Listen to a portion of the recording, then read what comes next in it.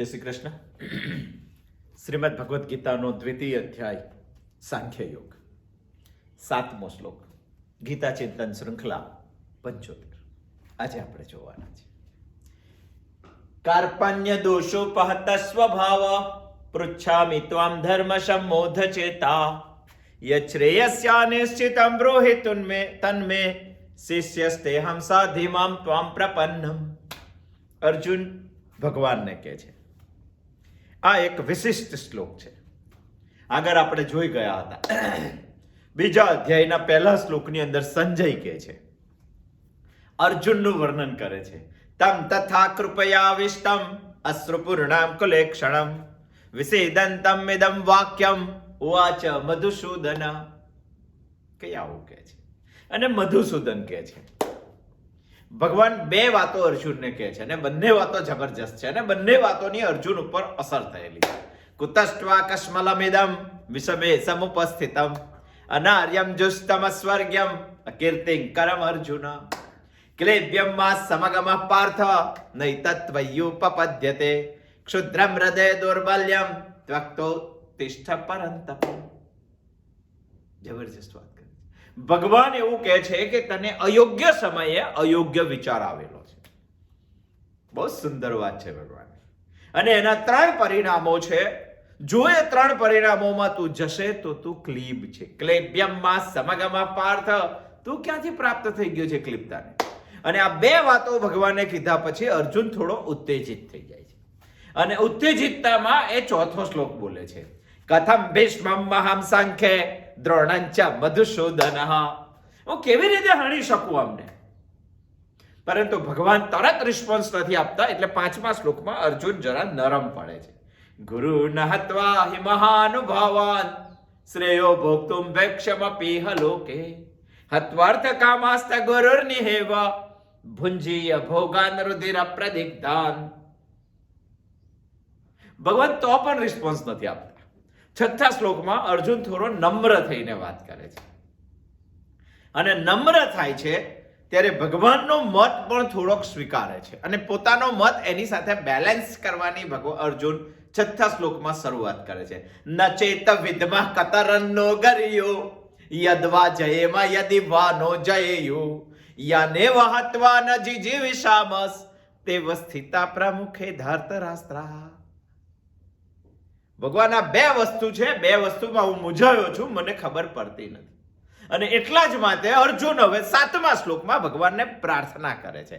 કાર્પણ્ય દોષોપહત સ્વભાવ પૃચ્છામિ ત્વામ ધર્મ સંમોધ ચેતા યશ્રેયસ્યા નિશ્ચિતં બ્રૂહિ તન્મે શિષ્યસ્તેહં સાધિમામ ત્વામ પ્રપન્નમ.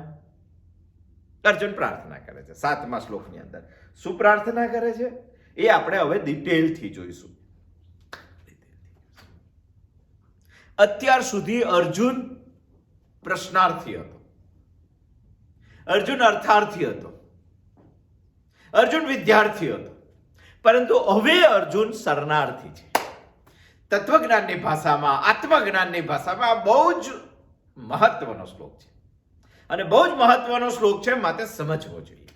અત્યાર સુધી અર્જુન પોતાની બુદ્ધિ ઉપર વિશ્વાસ રાખીને ભગવાનની સામે દલીલ કરતો હતો.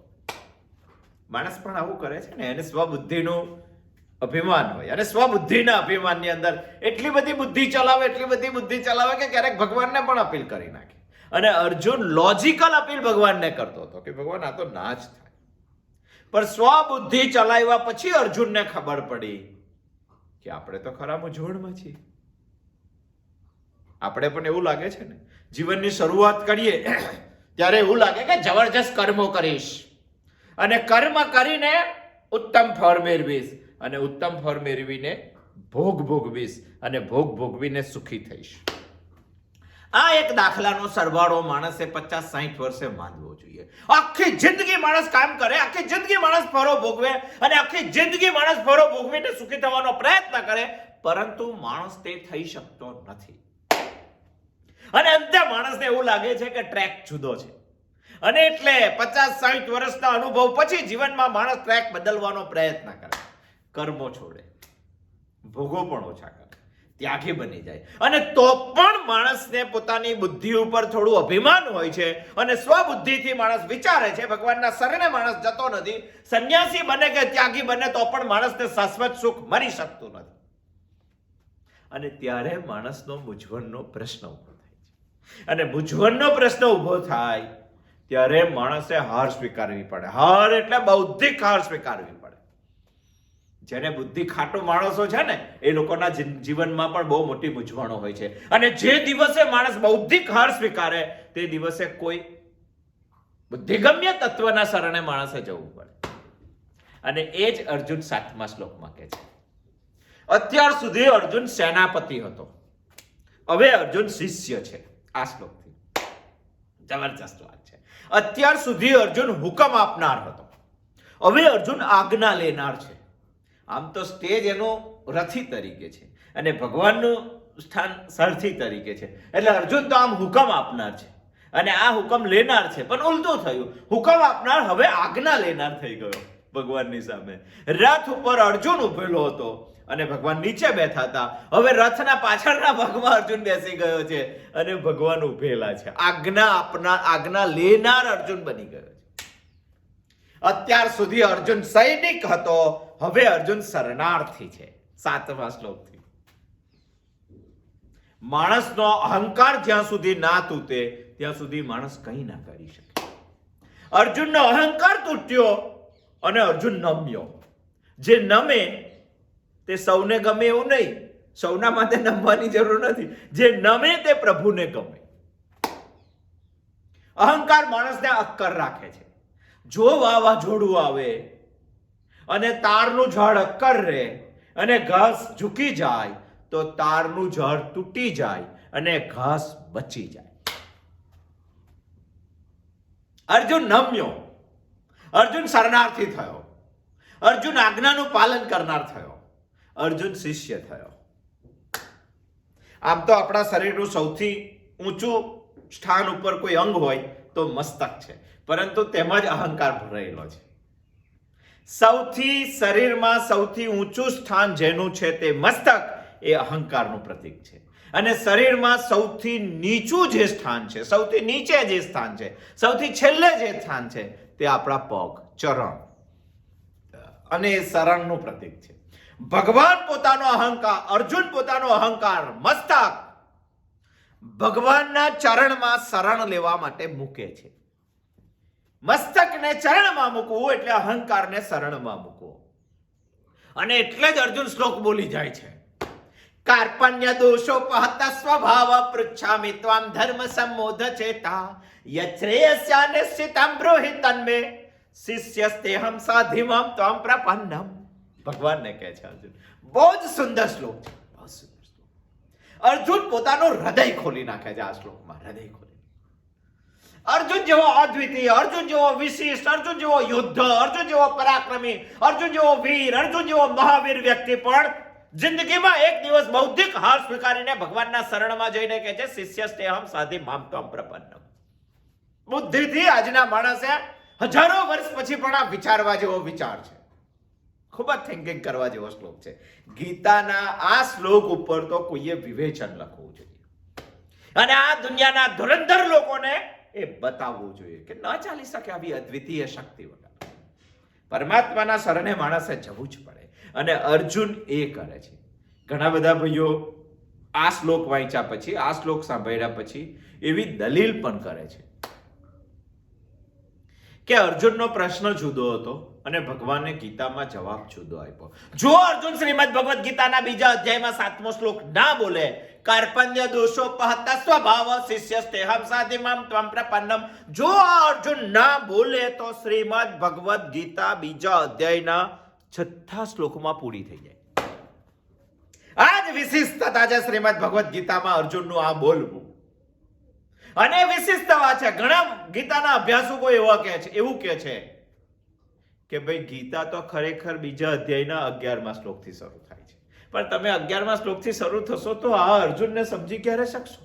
અને ઘણા એવું કહે છે કે ભગવાને 11મા શ્લોક પછી અર્જુન પૂછતો તો બીજું અને જવાબ બીજો આપ્યો. ભગવાન ટાઈમ પાસ કરતા હોય એવું લાગે છે. ઘણાનું એવું કહેવું છે. ઘણાનું એવું કેવું છે. તો પહેલા કહો તો ખરા કે અર્જુનનો પ્રશ્ન શું હતો, અને અર્જુનના પ્રશ્ન વિશે વિચારીએ તો જ ખબર પડે કે ભગવાન રાઈટ ટ્રેકમાં છે કે રોંગ ટ્રેકમાં છે. એ આપણે સમજવું પડે. અર્જુનનો પ્રશ્ન.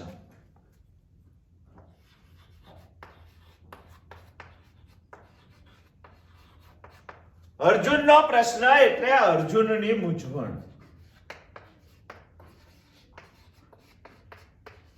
અર્જુનની મૂંઝવણ શું હતી? અર્જુનની મૂંઝવણ, અરે આપણને બધાને આટલું બધું અભ્યાસ કર્યા પછી તો એક જ વાત ખબર પડી જાય કે અર્જુનની મૂંઝવણ હતી કર્મનો હેતુ.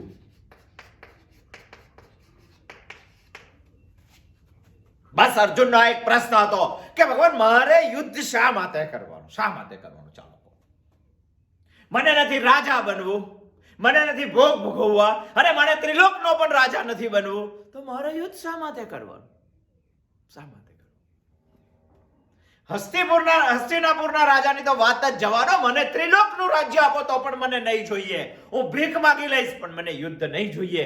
આ યુદ્ધ અર્જુનને શા માટે કરવાનું? આ અર્જુનનો સૌથી મોટો પ્રશ્ન હતો. અને એ જ દ્રષ્ટિ જોજો, દુનિયામાં ઘણા બધા એવા માણસો છે, જો વધારે પડતું વિચારી લઈએ તો એવું લાગે કે મારે કર્મ શા માટે કરવાનું. આજના અર્જુનનો પ્રશ્ન. અને આ પ્રશ્નનો જવાબ જો અર્જુનને 3 રીતે કર્મ કરવાનું હોઈ શકે. 1, સ્વાર્થ. શું અર્જુનનો કોઈ સ્વાર્થ હતો યુદ્ધ કરવામાં? જો સ્વાર્થ માટે, પોતાના માટે માણસને કર્મ ના કરવું હોય તો બીજાના માટે કરવું પડે, અને તેને કહેવાય છે પરાર્થ. નહોતું કરવું અર્જુનને, કારણ કે અર્જુનના પહેલા અધ્યાયની વિચાર કરીએ વિષાદ યુગની, તો અર્જુને સતત બીજાઓનો વિચાર કર્યો છે, અને બીજાઓનો વિચાર કર્યો છે, માટે જ અર્જુનને યુદ્ધ નથી કરવું. એટલે કર્મ પ્રેરણામાં બીજો પણ નથી અર્જુનને. તો મને પરાર્થ માટે પણ અર્જુનને યુદ્ધ નથી કરવો. તો હવે ત્રીજો એક ઓપ્શન તાત્વિક દ્રષ્ટિએ વિચારીએ તો વધે છે, અને આ બે ના હોય તો ત્રીજો તો હોવો જોઈએ એવો અંદાજ મુકાય છે. અને ત્રીજો એક ઓપ્શન છે પરમાર્થ. આપણે એવો અંદાજ માંડીએ કે કર્મનો હેતુ અર્જુનનો સ્વાર્થ નથી, પરાર્થ નથી, તો પરમાર્થ હોઈ શકે. આપણે જોયું તો ધનતેરસ, કાળી ચૌદસ, વાકબારસ, દિવાળીમાં આ છે દુર્યોધન, આ છે કર્ણ, અને આ છે અર્જુન. અર્જુનની આપણે એ સમજીએ છે કે ભગવાનને અર્જુનને આ કીધા પછી ભગવાન ગીતાની શરૂઆત કરે છે, તત્વજ્ઞાનની શરૂઆત કરે છે, આત્મા અનાત્માની શરૂઆત કરે છે. વય શા માટે? તો બેઝિકમાં આપણે સમજવું પડે કે અર્જુનની મૂંઝવણ શું છે. અર્જુનની મૂંઝવણ એ જ છે કે યુદ્ધ શા માટે કરું, કર્મ શા માટે કરું. અને કર્મ કરવા માટેના 3 જ પરિણામો હોઈ શકે. એક સ્વાર્થ હોઈ શકે, એક પરમાર્થ હોઈ શકે, અને એક પરાર્થ હોઈ શકે, ને એક પરમાર્થ હોઈ શકે. અર્જુનને આ બે તો છે જ નહીં, તો આ આપણે સ્વીકારવું પડે. આમાં ધન છે, આમાં લક્ષ્મી છે, આમાં મહાલક્ષ્મી છે, આમાં વિદ્યા છે, આમાં સરસ્વતી છે, આમાં મહાસરસ્વતી છે, આમાં શક્તિ છે, આમાં કાલી છે, તો આમાં મહાકાલી છે. એ છે વાઘબારસ, ધનતેરસ અને કાળી ચૌદસ. સમજવું છે માણસ. અર્જુનનો પરમાર્થ માટે કર્મ કરવાનો હેતુ હોઈ શકે છે, પરંતુ કર્મની બેઠક પરમાર્થ ઉપર ઊભી જો હોય, જો કર્મની બેઠકમાં પરમાર્થ હોય તો 1001% તત્વજ્ઞાન આવે જ. જો કર્મની બેઠક સ્વાર્થ હોય, જો કર્મની બેઠક પરમાર્થ હોય તો આની જરૂર નથી. પરાર્થ હોય તો આની જરૂર નથી. પણ જો કર્મની બેઠક પરમાર્થ હોય તો આ આવે ને આવે જ. આપણે એ વાત ક્લિયર કરીએ છીએ કે અર્જુન ભગવાન હવે પછી જે કહેવાના છે તે શા માટે કીધું.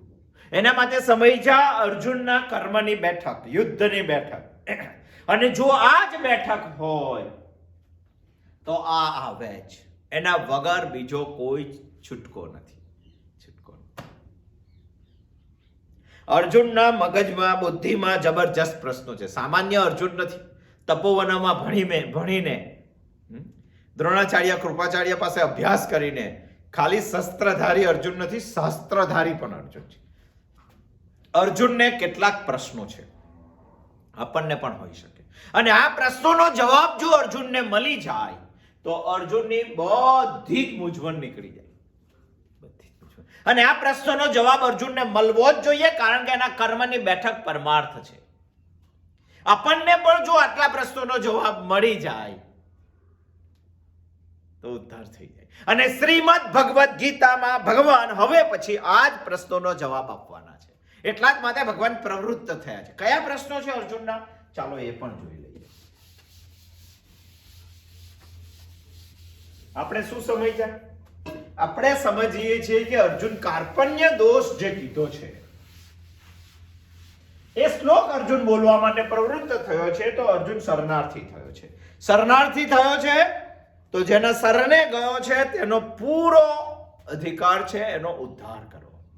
ઉદ્ધાર ક્યારે થાય? અર્જુનની મૂંઝવણ દૂર થાય ત્યારે. મૂંઝવણ ક્યારે નીકળે? અર્જુનનો પ્રશ્નનું સોલ્યુશન મળે ત્યારે. અર્જુનનો પ્રશ્ન શું છે? અર્જુનનો પ્રશ્ન કર્મ શા માટે કરવું? કર્મનો હેતુ ખલાસ થઈ ગયો છે. કર્મ માટે અર્જુન પ્રવૃત્ત નથી થતો. અને કર્મનો હેતુ કયો હોઈ શકે? સ્વાર્થ હોઈ શકે, પરાર્થ હોઈ શકે, ક્યાં પરમાર્થ હોઈ શકે, દુર્યોધન હોઈ શકે, કર્ણ હોઈ શકે, ક્યાં અર્જુન હોઈ શકે. પણ અર્જુન અર્જુનની જગ્યાએ છે, એટલે કર્મનો હેતુ પરમાર્થ હોઈ શકે. જો પરમાર્થ કરવાનો હોય તો તત્વજ્ઞાન આવે જ, ફિલોસોફીથી જ સમજાવવું પડે. અને ફિલોસોફીથી સમજાવવા માટે કેટલાક અર્જુનના પ્રશ્નો છે એનું સોલ્યુશન અર્જુનને મળવું જોઈએ, એના જવાબો અર્જુનને મળવા જોઈએ. જો એના જવાબો અર્જુનને મળી જાય તો અર્જુન તૃપ્તોસ્મી કરીષ્ય વચનં તવ બોલી જ જાય, એમાં કોઈ શંકાને સ્થાન નથી. આજનો અર્જુન પણ એમાં કેટલાક પ્રશ્નો છે, આપણે વિચારીએ કે શું પ્રશ્નો હોઈ શકે અર્જુનની મૂંઝવણ પ્રમાણે. એક પહેલો પ્રશ્ન છે, હું કોણ છું? આખી જિંદગી માણસ મહેનત કરે, હાથને ઓળખી શકે. અરે ખાલી ડોક્ટર બનવા માટે માણસ 22-25 વર્ષ સુધી ભણે છે, એક ખાલી આંખને સમજવા માટે આઈ સ્પેશિયાલિસ્ટ, ખાલી દાંતને સમજવા માટે આટલું ભણે છે ડેન્ટલ સ્પેશિયાલિસ્ટ, હાડકાને સમજવા માટે આટલું ભણે છે, પેટને સમજવા માટે આટલું ભણે છે, કિડની સમજવા માટે આટલું ભણે છે. અરે માણસ કેટલો અભ્યાસ કરે છે, છતાં પણ જિંદગીમાં આ નથી સમજી શકતો, જે સૌથી મોટો પ્રશ્ન છે દુનિયાની અંદર. અને સૌથી મોટો પ્રશ્ન છે તો માણસને આ તો સમજાવવું જ જોઈએ. આવી એક તપોવન હોવું જોઈએ, આવી એક શાળા હોવી જોઈએ, આવી એક વિદ્યાલય હોવી જોઈએ સરસ્વતીની ઉપાસના કરવા વાળી, કે આ દુનિયામાં આવનાર પ્રત્યેક માણસને સમજાવી શકે કે એકચ્યુઅલી તું છે કોણ. તરત આપણે નામ બોલીએ, ના ભાઈ નામ એટલે હું નથી. તરત આપણે બોલીએ કે ફલાણું શરીર એટલે હું નથી. તરત આપણે બોલીએ કે વિકારો એટલે હું છું, વિકારો એટલે હું નથી. તરત આપણે બોલીએ કે ઇન્દ્રિયો એટલે હું છું, ઇન્દ્રિયો હું નથી. કારણ કે હું કોઈક અલગ છે. હું કોણ? આ માણસને જવાબ મળવો જોઈએ. અર્જુનનો આ જ પ્રશ્ન છે, અને આ જ પ્રશ્નનો જવાબ પરમાર્થ જો કર્મની બેઠક હોય તો અર્જુનને આ પ્રશ્નનો જવાબ મળવો જોઈએ, અને ભગવાન લોજિકલ હવે આ પ્રશ્નનો જવાબ આપવાના છે. બીજો પણ પ્રશ્ન હોઈ શકે, મદ વ્યતિરિક્ત વિશ્વ શું છે?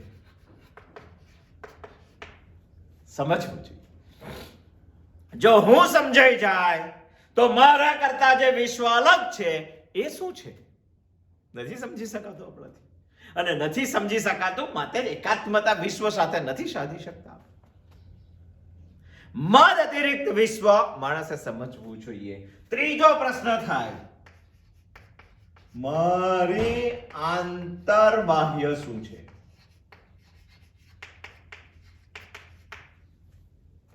મારી અંદર અને બહાર શું છે માણસે સમજવું જોઈએ. તરત ચોથો એક પ્રશ્ન આવે, વિશ્વની આંતરબાહ્ય શું છે?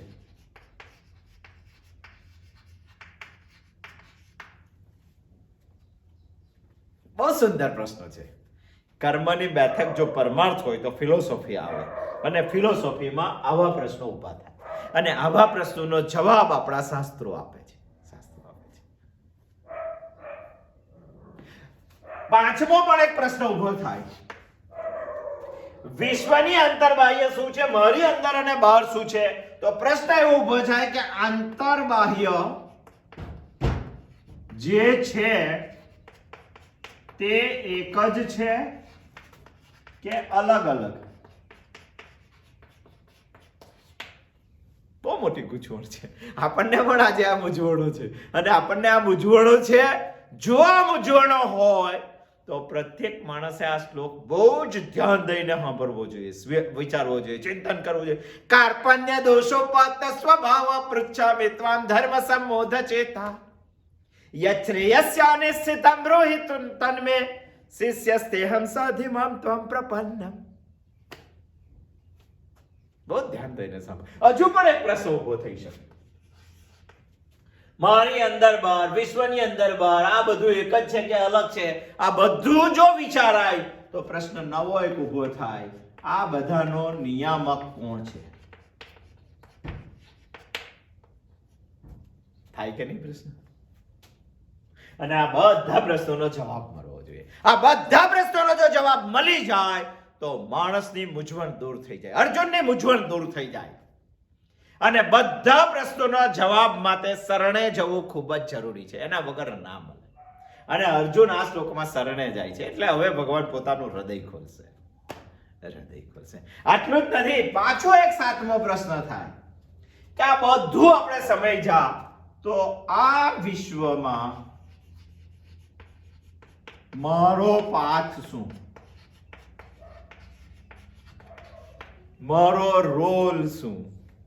સમજવું જોઈએ આટલું. અને આટલું સમજે તો જન્મ જન્માંતરોની મૂંઝવણો દૂર થઈ જાય. અને શ્રીમદ ભગવદ ગીતામાં ભગવાન હવે 11મા શ્લોકથી આ સમજાવવાનો પ્રયત્ન કરશે. છે કે નહીં લોજિકલ? અને ભગવાનને અર્જુનના પ્રશ્નનો જવાબ આપવો છે, માટે તત્વજ્ઞાન શરૂ થયું છે. ગીતા એ બકવાસ નથી, ગીતા એ ટાઈમ પાસ નથી, બહુ જ લોજિકલ છે, બહુ જ સિક્વન્સમાં છે, ક્રમશઃ છે. અને ભગવાન એ જ કરી રહેલા છે, એ જ કરી. એટલે આ શ્લોક વિશિષ્ટ છે. આ શ્લોક વિશિષ્ટ છે. શું કહેવા માંગે છે અર્જુનને? અર્જુન શું કહેવા માંગે છે ભગવાનને? જબરજસ્ત વાત છે. અને જબરજસ્ત વાત આપણે પ્રત્યેક લોકોએ 7મા શ્લોકથી સમજવી જોઈએ. આ શ્લોકમાં કેટલીક વિશિષ્ટ વાતો છે. આ શ્લોકમાં અર્જુન હૃદય ખોલી દે છે.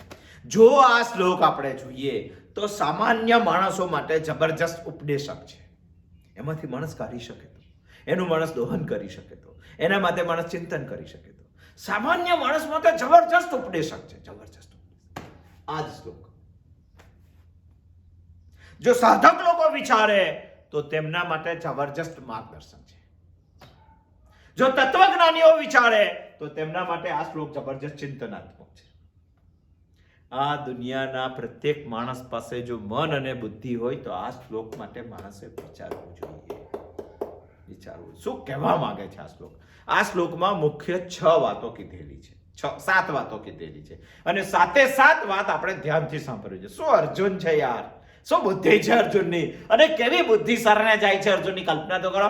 કાર્પણ્ય દોષોપત સ્વભાવ પૃચ્છામિ ત્વામ ધર્મ સંમોધ ચેતા યશ્રેયસ્યા નિશ્ચિતમ બ્રૂહિ તન્મે શિષ્યસ્તેહમ સાધિમામ ત્વમ પ્રપન્નમ. 7 વાતો આ શ્લોકમાં સમાયેલી છે. અને 7 વાતો આપણે ડિટેલથી જોવી છે, કારણ કે આપણા માટે તો ઉપદેશ છે ભગવાને આપેલો. અર્જુન બોલેલો ભગવાનની સામે. પહેલી વાત છે કાર્પણ્ય દોષો પહત સ્વભાવ. સ્વભાવ એ ખબર પડી જાય. કાર્પણ્ય આપણે સમજીએ, પહત એટલે ધંકાયેલું. કાર્પણ્ય દોષો પહત સ્વભાવ, ઉપહત એટલે ધંકાયેલું. એક વાત અર્જુન એવું કહેવા માંગે છે કે કાર્પણ્ય દોષથી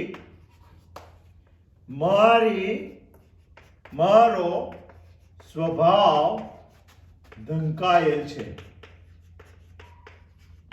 આ અર્જુનનું કહેવાનું આ શ્લોકમાં પ્રથમ વાક્ય છે. બીજું શું કહે છે અર્જુન? પૃચ્છામિ ત્વામ. અર્જુન એવું કહે છે કે પૂછું છું. અર્જુનનું કેટલું લોજિકલ કહેવું છે, કલ્પના તો કરો. એનું એવું કહેવું છે કે કાર્પણ્ય દોષથી મારો સ્વભાવ ધમકાઈ ગયેલો છે. એટલું જ નહીં, બીજી એક વાત કે છે, આપણે બીજા ક્રમ પર લઈ લઈએ. બીજી વાત શું કે છે? ધર્મ સમૂઢ ચેતાહા. અહીંયા ચેતસ શબ્દ બુદ્ધિના માટે વપરાયેલો છે. ધર્મ થી બુદ્ધિ સમૂઢ થઈ છે. અર્જુન શું કહે છે? બે વાતો અર્જુન અહીંયા કહે છે. એક વાત પહેલે એવું કહે છે કે ભગવાન કાર્પણ્ય દોષથી મારો સ્વભાવ ધમકાઈ ગયેલો છે. અને બીજી અર્જુન એક વાત સ્વીકાર કરે છે કે ભગવાન ધર્મ બાબતમાં મારી બુદ્ધિ સમૃદ્ધ થયેલી છે. ધર્મથી નહીં, ધર્મમાં બુદ્ધિ સમૃદ્ધ થઈ ગઈ છે. અને એટલા માટે અર્જુન એવું કહે છે કે પૃચ્છામી. ત્રીજું વાક્ય એવું છે કે પૂછું છું. અર્જુન એવું કહે છે કે ભગવાન કાર્પણ્ય દોષથી મારો સ્વભાવ ધમકાઈ ગયેલો છે, મારી બુદ્ધિ મૂઢ થઈ ગયેલી છે ધર્મના સંદર્ભમાં, માટે ભગવાન હું તને પૂછું છું. કાર્પણ્ય દોષોપત સ્વભાવ પૃચ્છામિ ત્વામ ધર્મ સમૂઢ ચેતા યશ્રેય નિશ્ચિત. માટે ભગવાન હું તને પૂછું છું કે મારા માટે જે કલ્યાણકારક હોય, શ્રેય હોય તે નિશ્ચિત જણાવો.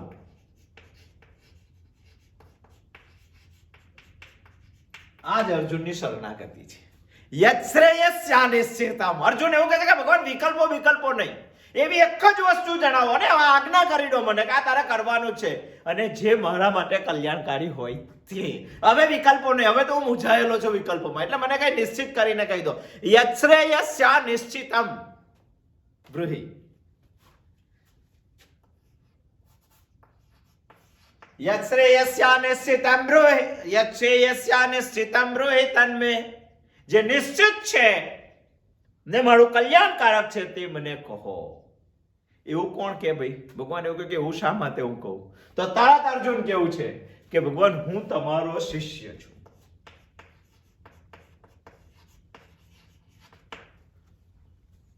શિષ્યસ્તેહ. પણ દુનિયામાં શિષ્ય તો કોઈ બી બની જાય, એના મગજમાં શું છે તે આપણને શું ખબર પડે? એટલે અર્જુન કેવું છે કે ભગવાન ખાલી શિષ્ય નહીં, સાધીમાં. સાધીનો અર્થ થાય છે શરણે આવ્યો છે.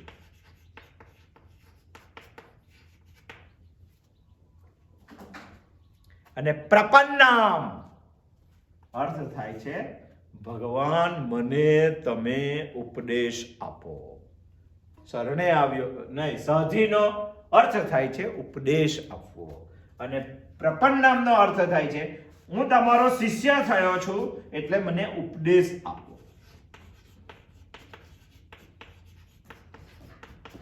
અને અર્જુન એવું કહે છે કે માત્ર ઉપદેશ નહીં, હું તમારા શરણે આવ્યો છું.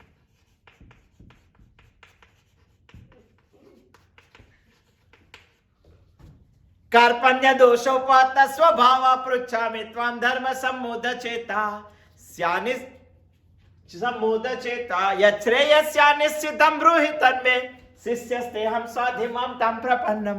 અર્જુનના 7 સેન્ટેન્સ, અર્જુનના 7 પ્રાર્થનાઓ, અર્જુનના 7 વાક્યો શ્રીમદ ભગવદ ગીતાના 7મા શ્લોકમાં કહે છે. અને 7 વાક્યો આપણે ધ્યાન દઈને વિચારવા છે. એટલે આજે આપણે પહેલું વાક્ય વિચારશું, કાર્પણ્ય દોષથી મારો સ્વભાવ ધમકાઈ ગયો છે. આ એક વાત આપણે વિચારશું, પછી ક્રમશઃ સાથે વિચારશું. આમાંની એક વાત આપણે આજે જોઈ લઈએ છીએ. કાર્પણ્ય એટલે શું? પહેલી વાત આજે આપણે જોઈએ. કાર્પણ્ય દોષથી મારો સ્વભાવ ધમકાઈ ગયો છે, આવું અર્જુનનું ભગવાનને કહેવું છે. આ શ્લોકની શરૂઆત. કાર્પણ્ય દોષોપહત સ્વભાવ. આમાં બે વાતો આપણે સમજવી પડે. કશું ધમકાઈ ગયું છે, એમાં સ્વભાવ ધમકાઈ ગયો છે. શેનાથી ધમકાઈ ગયો છે? કાર્પણ્યથી ધમકાઈ ગયો છે. તો એક વસ્તુ આપણે કાર્પણ્ય સમજવી પડે. અને બીજી વસ્તુ આપણે સ્વભાવ સમજવો પડે. આ બેમાં, આ વાક્યમાં અર્જુન કહેવા શું માંગે છે? અર્જુનનું કહેવું એવું છે કે ભગવાન, કાર્પણ્યથી મારો સ્વભાવ ઢંકાઈ ગયો છે. કૃપણસ્ય ભાવ ઇતિ કાર્પણ્યમ. એટલું સિમ્પલ આપણને યાદ રહેવું જોઈએ. જેમ ક્લૈબ્યસ્ય ભાવ ઇતિ ક્લૈબ્યમ, તેવી રીતે કૃપણસ્ય ભાવ ઇતિ કૃપણતા, કાર્પણ્ય. એટલે અહીંયા આપણે શબ્દ સમજવું હોય કાર્પણ્ય, તો કાર્પણ્યમાં એક શબ્દ છુપાયેલો છે, કૃપણ. કૃપણસ્ય ભાવ ઇતિ કાર્પણ્ય. તો આપણે હવે સમજવું પડે કે કૃપણ શું છે. કૃપણ માટે સામાન્ય વ્યાખ્યા શું છે તે આપણે જોવી પડે. લૌકિક લોકો શું કહે છે કૃપણ એટલે? હાવ કૃપણનો અર્થ થાય છે કંજૂસ. કંજૂસ અને બહુ સીધી વસ્તુ છે. અને કંજૂસનો અર્થ સંસ્કૃતમાં એવો કર્યો છે, યો અલ્પામ સ્વલ્પામપી સ્વક્ષતિ ન ક્ષમતે ઇતિ કૃપણઃ. યો અલ્પામ સ્વલ્પામ અપી સક્ષવતી ન ક્ષમતે ઇતિ કૃપણઃ. પોતાના માટે થોડામાં થોડી ક્ષતિ પણ જે સહન ન કરી શકે એ કૃપા. ના કરો નુકસાન હોય, ઓ ખાલી બસમાં લાઈનમાં ઉભા હોય ને કોઈનો ધક્કો લાગી જાય તોય ચિત્તાની માફક ગુરુ કે, વાઘને માફક ગુરુ કે, સહન ના થાય. થોડામાં થોડી ક્ષતિ પણ જે માણસ, આવું સામાન્ય લોકોની વ્યાખ્યા છે, થોડામાં થોડી ક્ષતિ પણ જે માણસ સહન ન કરી શકે, સ યો અલ્પામ સ્વલ્પામ અપેક્ષા ક્ષતિ ન ક્ષમતે ઇતિ કૃપણઃ. મોટા નુકસાનની તો વાત જવા દો, નાનું નુકસાન હોય, એકદમ નાનું નુકસાન હોય, ખાલી બાજુવાળાના ઘરના પાણીનો રેલો આંગણામાં આવ્યો હોય તો માણસ સહન ન કરી શકે. સ્વક્ષતિ અલ્પામ ન ક્ષમતે ઇતિ કૃપણઃ.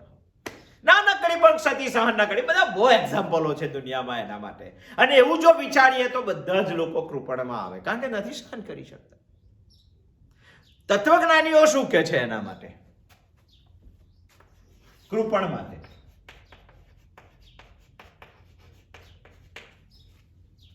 કૃપણ માટે તત્વજ્ઞાનીઓ, જે સામાન્ય લોકો કરતા થોડાક વિચારમાં ઉપર છે, આપણે સમજીએ છીએ કાર્પણ્ય. કારણ કે કાર્પણ્ય દોષો પહત સ્વભાવ. પહેલું સેન્ટેન્સ છે ભગવાન કાર્પણ્યથી મારો સ્વભાવ ઢંકાઈ ગયો છે. તો કાર્પણ્ય શું છે? કૃપણસ્ય ભાવ ઇતિ કાર્પણ્ય. તો કૃપણ સમજવું પડે.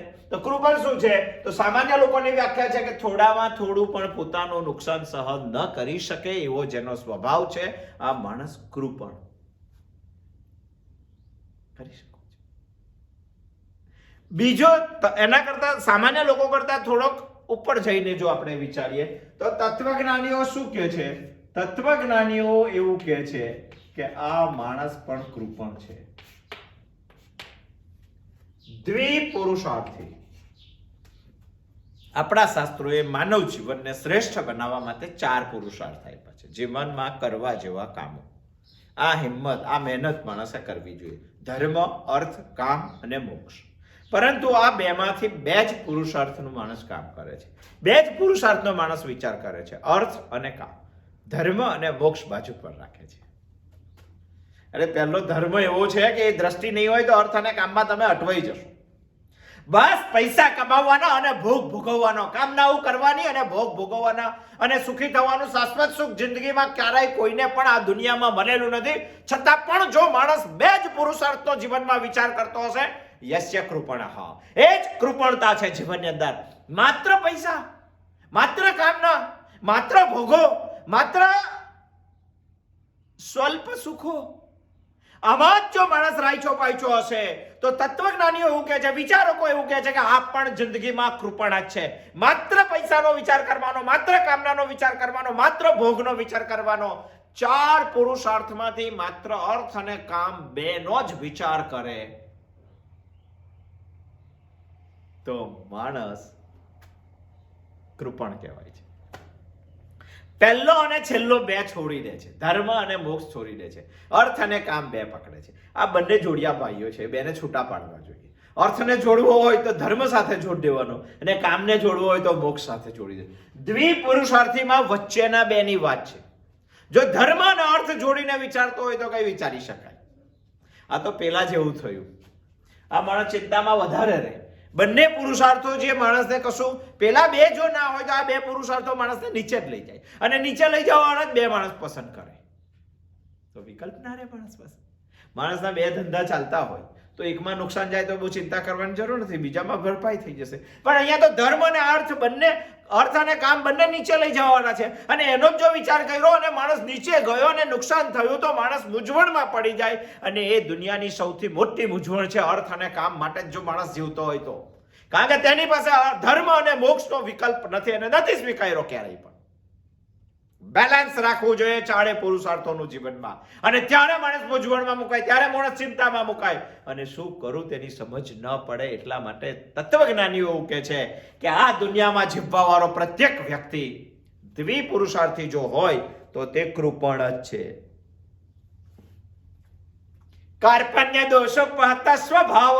અર્જુન કહે છે ભગવાનને કે ભગવાન, અને વિચારકો કહે છે કે આ પુરુષાર્થી છે. આવા કોણ બની શકે? દ્વિપુરુષાર્થી કોણ બની શકે? જેને ધર્મ અને મોક્ષ માટે કોઈ લેવા દેવા નથી, અર્થ અને કામનો જ વિચાર કરવો છે. આવું કોણ બની શકે? આવું જે માણસ પોતાના હુંને દેહ માને છે, દેહાભિમાન જ એકલું એને છે. જે માણસ માને છે કે આ શરીર એટલે જ હું છું, એ બધા દ્વિપુરુષાર્થી છે. શરીર કરતા કંઈક જુદું છે અને ચૈતન્યને આવતા જન્મ માટે બી મારે કંઈક કરવાનું છે. આ ધર્મ અને મોક્ષની વાત છે. પણ હું દેહ છું. નોકરી કરવાની શા માટે? જમવા માટે. જમવાનું શા માટે? એક ભાઈ હતા, ગુરુ જેવા હતા, વડીલ જેવા હતા. એમનો એક વિદ્યાર્થી હતો અને તેમને પ્રશ્ન પૂછ્યો કે ભાઈ 7મા ધોરણમાં ભણે છે તો કે તું શું કરવા માંગે છે? કે ગુરુજી હું ભણવા માંગુ છું. તો કે ભણશે કેટલું? તો કે ગુરુજી બહુ ભણીશું, ડિગ્રી મેળવીશ. તો કે ડિગ્રી મેળવીને શું કરશે? તો કે ડિગ્રી મેળવીને પછી નોકરી કરીશ. નોકરી કરીને શું કરશે? તો કે પગાર મેળવીશ બહુ મોટો. પગાર મેળવીને શું કરશે? તો કે પછી લગ્ન કરીશ. લગ્ન કરીને શું કરશે? તો કે મને છોકરાઓ થશે, સંસાર મારો લાંબો ચાલશે, સુખી થઈશ. તો કે છોકરાઓ ઉત્પન્ન કરીને શું થશે? તો કે છોકરાઓને ભણાવીશ. છોકરાઓને ભણાવીને શું કરશે? તો કે છોકરાઓને નોકરી લગાડીશ. તો છોકરાઓને નોકરી લગાડીને શું કરશે? તો કે છોકરાઓને પરણાવીશ. છોકરાઓને પરણાવીને શું કરશે? તો કે એના નાના છોકરાઓ છે તેને મારા ખોરામાં રમાડીશ. તો કે એમને ખોરામાં રમાડીને શું કરશે? તો પેલો ગુસ્સા થયો શિષ્ય કે બધું શું કરશે શું પૂછ્યા કરો યાર. કે પછી છેલ્લે મળી જઈશ. કે એટલે કે મળવા માટે જો તું આટલું બધું કરવાનો હોય તો આ બધું કર્યા વગર પણ મળી શકાય છે. મરવા માટે આ બધું કરવાની શું જરૂર છે? પેલાની આંખ ખુલી ગઈ. ધર્મ અને મોક્ષનો માણસ જો જિંદગીમાં વિચાર નહીં કરે તો દ્વિપુરુષાર્થી દુનિયાનો પ્રત્યેક વ્યક્તિ કૃપણ છે. ગીતાની ભાષામાં કાર્પણ્ય દોષો પહતા સ્વભાવ. માણસે વિચારવું જોઈએ કે શું છે અર્થ અને કામ, શું છે ધર્મ અને મોક્ષ. માત્ર હું દેહ છું એવું માનનાર પ્રત્યેક વ્યક્તિ દ્વિપુરુષાર્થી છે. ઉપનિષદો શું કહે છે આના માટે? કૃપણમાં એક બૃહદારણ્યકની સ્ટોરી છે. બૃહદારણ્યકમાં સંવાદ છે યાજ્ઞવલ્ક્ય અને ગાર્ગીનો. અને યાજ્ઞવલ્ક્ય કંઈક કહે છે અને ગાર્ગી સાથેનો એમનો સંવાદ છે. જબરજસ્ત સંવાદ છે. શું કહે છે? યોવા એતદ અક્ષરમ, બહુ ધ્યાનથી સાંભળજો. યોવા એતદ અક્ષરમ ગાર્ગ્ય, ગાર્ગી સાથેનો સંવાદ છે. એમાં ઉપનિષદ એવું કહે છે યોવા એતદ અક્ષરમ ગાર્ગ્ય વિદિત્યા અસ્માન લોકાન પ્રેતિહિ સકૃપણઃ. અક્ષરમ અવિનાશી જે બ્રહ્મા છે, અવિનાશી જે ભગવાન છે, અવિનાશી જે તત્વ છે. યોવા એતદ અક્ષરમ ગાર્ગ્ય, આ જગતમાં એક અવિનાશી શક્તિ છે, અવિનાશી તત્વ છે. હે ગાર્ગી, વિદિત્વા અસ્માન, જે લોકો જાણતા નથી તેને, લોકાન પ્રૈતિ સકૃપણઃ, જાણતા નથી અને આ લોકને છોડી દે છે, આ બધા જ કૃપણ છે. જબરજસ્ત. ગાર્ગીને યાજ્ઞવલ્ક્યનો સંવાદ છે. એમાં ગાર્ગીને સંબોધન કરીને એક વાક્ય લખાયેલું છે કે આ જન્મમાં અવિનાશી અક્ષર બ્રહ્મને જે જાણ્યા વગર જતા રહે છે મળી જાય છે તે કૃપણ છે. ઓહો, બૃહદારણ્ય કેવું કહે છે કે આ જગતમાં જન્મ લઈને આવેલો પ્રત્યેક માણસ જો બ્રહ્મને અવિનાશી તત્વને જાણ્યા વગર જો મળી જાય તો દુનિયાનો પ્રત્યેક માણસ કૃપણ છે. સાદી ભાષામાં કૃપણ કોને કહેવાય? કંજૂસ કોને કહેવાય? કે પોતાના પાસે બધું જ હોય અને છતાં પણ એમાંથી વાપરતા બીવે, આ કંજૂસ. તો અહીંયા શું છે? થોડી પણ ક્ષતિ સહન ન કરી શકે એટલે શું છે તેનો વિચાર નથી કરતો, સામેનું નુકસાન કરે તેનો વિચાર કરે છે. અહીંયા શું છે? બે જ પુરુષાર્થ એટલે શું? અરે ચારે ચાર પુરુષાર્થો જિંદગીની અંદર સર્વશ્રેષ્ઠ થઈ શકે એટલી તાકાત ભગવાને મનુષ્યને પોતાના જીવનમાં આપેલી છે. છતાં પણ માણસ બે જ પુરુષાર્થનો ઉપયોગ કરે છે. કૃપણ, કંજૂસ. અહીંયા શું છે? આ જ જન્મમાં ભગવાનને સમજી શકાય એટલી તાકાત, તન, મન અને ધન ભગવાન આપી શકે છે. બુદ્ધિ માણસને કાફી છે ભગવાનને સમજવા માટે, પણ એ બુદ્ધિનો માણસ જો મરતા સુધી ઉપયોગ ના કરે તો યાજ્ઞવલ્ક્ય ગાર્ગીને એવું કહે છે કે આ જગતમાં આ પણ કૃપણ જ છે. બ્રહ્મને જાણવાનો નહીં, બ્રહ્મને જાણવાની ઈચ્છા પણ જો ના કરતા હોય તો તે પણ કૃપણ જ છે. તે પણ કૃપણ છે. અસ્માન લોકાન પ્રૈતિ સકૃપણઃ વિદિત્વા ગાર્ગી. વિદિત્વા ગાર્ગ્ય. જબરજસ્ત સંવાદ છે. ઉપનિષદોનો અભ્યાસ કરશું ત્યારે બૃહદારણ્યક પણ આપણે જોશું. યો એતદ ગાર્ગ્ય અક્ષરમ ગાર્ગ્ય. એ સમજવું જોઈએ માણસે. અને ચોથો પણ એક અર્થ છે કૃપણતાનો. આપણે સમજીએ છીએ કૃપણ. સ્મૃતિ એવું કહે છે કૃપણ માટે, કૃપણો યો અજિતેન્દ્રિય.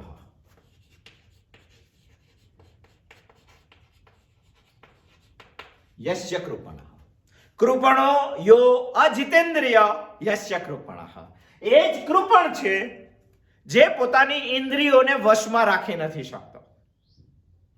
ઇન્દ્રિયોને ભોગોની પાછળ દોડાવે છે. એને પાછી વાળીને ક્યારેય ધર્મ કે મોક્ષનો તેને વિચાર નથી કરાવ્યો. અને આ દુનિયામાં જન્મ લઈને આવવા વાળો પ્રત્યેક વ્યક્તિ કૃપણ છે.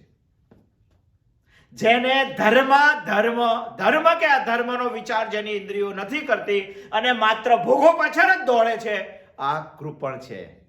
ક્લિયર થયું હશે થોડું કૃપણ માટે. કાર્પણ્ય દોષો પહતા સ્વભાવ. અર્જુન કહે છે આ કૃપણ છે અને આ કૃપણ થી મારો સ્વભાવ ધમકાયો છે. તો બીજો શબ્દ આપણે સમજવો પડે. આ વાક્યમાં પહેલો શબ્દ આપણે સમજવો કૃપણ અને બીજો શબ્દ આપણે સમજવો પડે કે સ્વભાવ. સ્વભાવ એટલે શું? સ્વભાવની સંધિ છૂટી પાડીએ તો એવું થાય કે સ્વ વત્તા ભાવ. સ્વ વત્તા ભાવ, પોતાનામાં રહેલો એવો ભાવ, પોતાનામાં રહેલું એવું અસ્તિત્વ, પોતાનામાં રહેલો એવો ગુણ, પોતાનામાં રહેલું એવું બુદ્ધિ તત્વ જેના વગર માણસનું અસ્તિત્વ શક્ય નથી.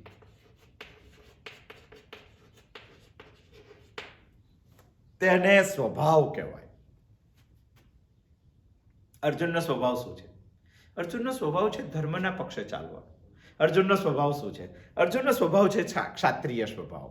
ક્ષાત્ર તેજમાં શું આવે? અરે યુદ્ધ કરવાનું પહેલા આવે, અધર્મીઓને મારવાનું પહેલા આવે, ધર્મ પતાકા ફરકાવવાનું પહેલું આવે. પણ અર્જુનનું કહેવું એવું છે કે ભગવાન અત્યારે આ કૃપણતાથી મારો સ્વભાવ ધંકાઈ ગયો છે.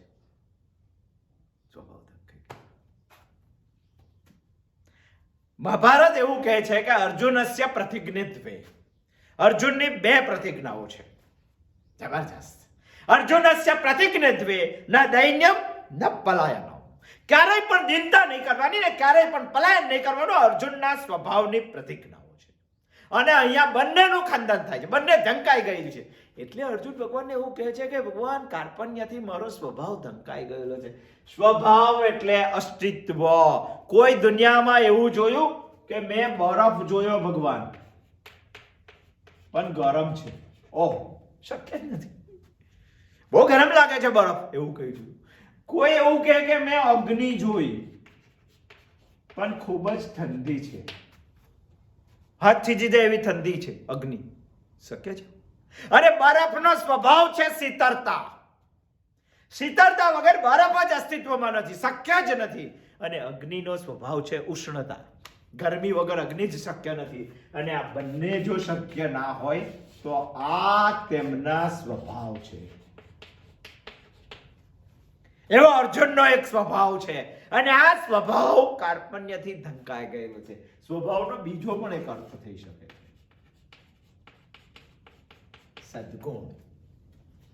કેટલાક સદગુણોથી પણ આપણો સ્વભાવ બની જાય છે. અર્જુનનો ક્ષાત્ર સ્વભાવ એનો સદગુણ છે, પણ કાર્પણ્યથી સદગુણ ઢંકાઈ ગયેલો છે. બહુ સુંદર વાક્ય છે.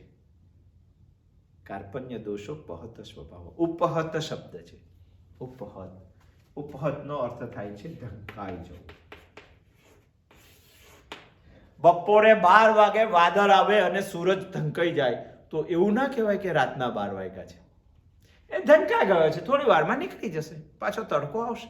નષ્ટ નથી થયો સૂર્ય, સૂર્ય ઢંકાયો છે. એવી રીતે અર્જુનનું કહેવું એવું છે કે ભગવાન મારો ઓરિજિનલ સ્વભાવ નષ્ટ નથી થયો, સ્વભાવ ઢંકાઈ ગયો છે. શેનાથી? કાર્પણ્યથી. કાર્પણ્ય દોષો પહતા સ્વભાવ ઢંકાઈ ગયો. ત્રીજો પણ એક અર્થ થાય છે સ્વભાવ. શ્રવણજન્ય વિવેક બુદ્ધિ.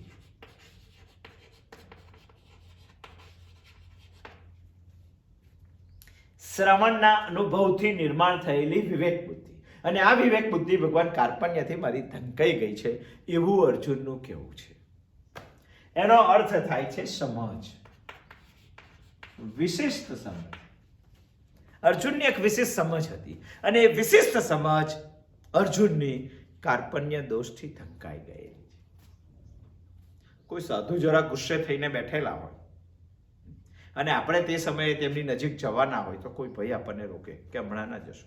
આમ તો સાધુ બહુ નમ્ર છે, બહુ સરળ છે, પણ હમણાં એમની નમ્રતા ઢંકાઈ ગયેલી છે, થોડા ક્રોધિત છે. ઢંકાઈ ગઈ એટલે નાશ નથી થઈ, ક્રોધ જતો રહેશે તો પાછી નમ્રતા. અર્જુનનું એવું છે, એનો ઓરિજિનલ સ્વભાવ ઢંકાઈ ગયો છે એવું એ ભગવાનને કહે છે. કાર્પણ્ય દોષો પહત સ્વભાવ પૃચ્છામિ ત્વામ ધર્મ સંમૂઢ ચેતા.